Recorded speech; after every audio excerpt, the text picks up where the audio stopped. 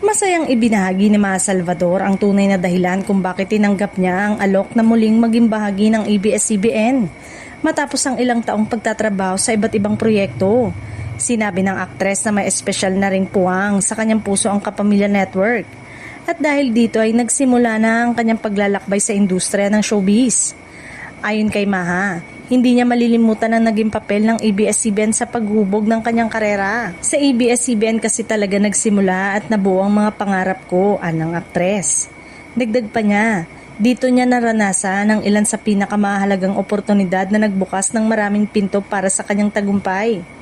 Bukod sa pagbabalik sa network, na naging tahanan niya sa loob ng maraming taon, isa rin sa mga dahilan ng kanyang pagpayag ay ang pagkakataong makatrabaho si Kathryn Bernardo. Aminado si Maha na matagal na niyang hinahanap ang Kapamilya superstar at excited siyang makasama ito sa isang proyekto. Hindi rin itinanggi ng aktres na malaking dahilan ang karakter na inialok sa kanya ng Dreamscape Entertainment.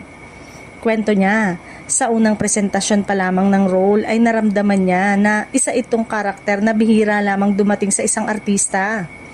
Naniniwala rin siya na ang pagbabalik niya sa ABS-CBN ay nangyari sa tamang panahon. Aniya, mas marami na siyang karanasan ngayon bilang artista kaya mas maganda siyang harapin ang bagong yugto ng kanyang karera at mas mapaghusayan pa ang kanyang pagganap.